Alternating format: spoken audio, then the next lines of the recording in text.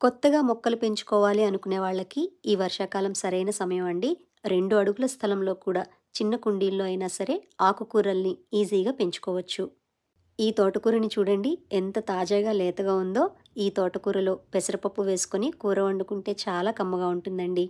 మన పెరటిలో పెంచుకున్న ఆకుకూరలైనా సరేనండి, నీటిలో వేసి శుభ్రంగా కడిగిన తర్వాత మాత్రమే చిన్న చిన్న ముక్కలుగా కోసుకొని పక్కన పెట్టుకోవాలి.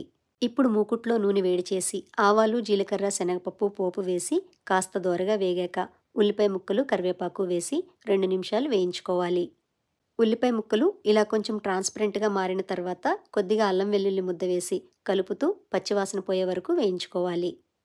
ఉల్లిపాయ ముక్కలు మరీ ఎర్రగా వేగాల్సిన అవసరం లేదండి. ఇలా కాస్త వేగాక కోసిపెట్టుకున్న తోటకూర, గంటసేపు నానపెట్టుకున్న పెసరపప్పు వేసుకోవాలి. కొలత ప్రకారం అయితే కనుక మార్కెట్‌లో మీరు తెచ్చుకునే 3 కట్టలకి చిన్న టీ గ్లాస్ పెసరపప్పు అయితే సరిపోతుంది.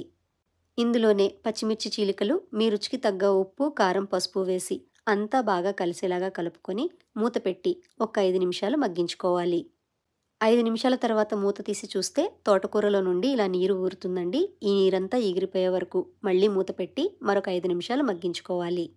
తోటకూరలో నీరంతా ఎగిరిపోయిన తర్వాత పైనుండి కొద్దిగా వేయించిన ధనియాల పొడి, వేయించిన జీలకర్ర పొడి వేసి అంతా బాగా కలిసేలాగా కలుపుకొని మూత పెట్టి 2 నిమిషాలు మగ్గించుకుంటే చాలండి.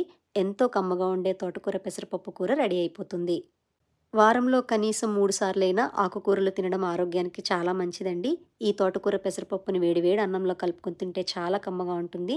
ఈ సీజన్‌లో తప్పకుండా ట్రై చేసి చూడండి.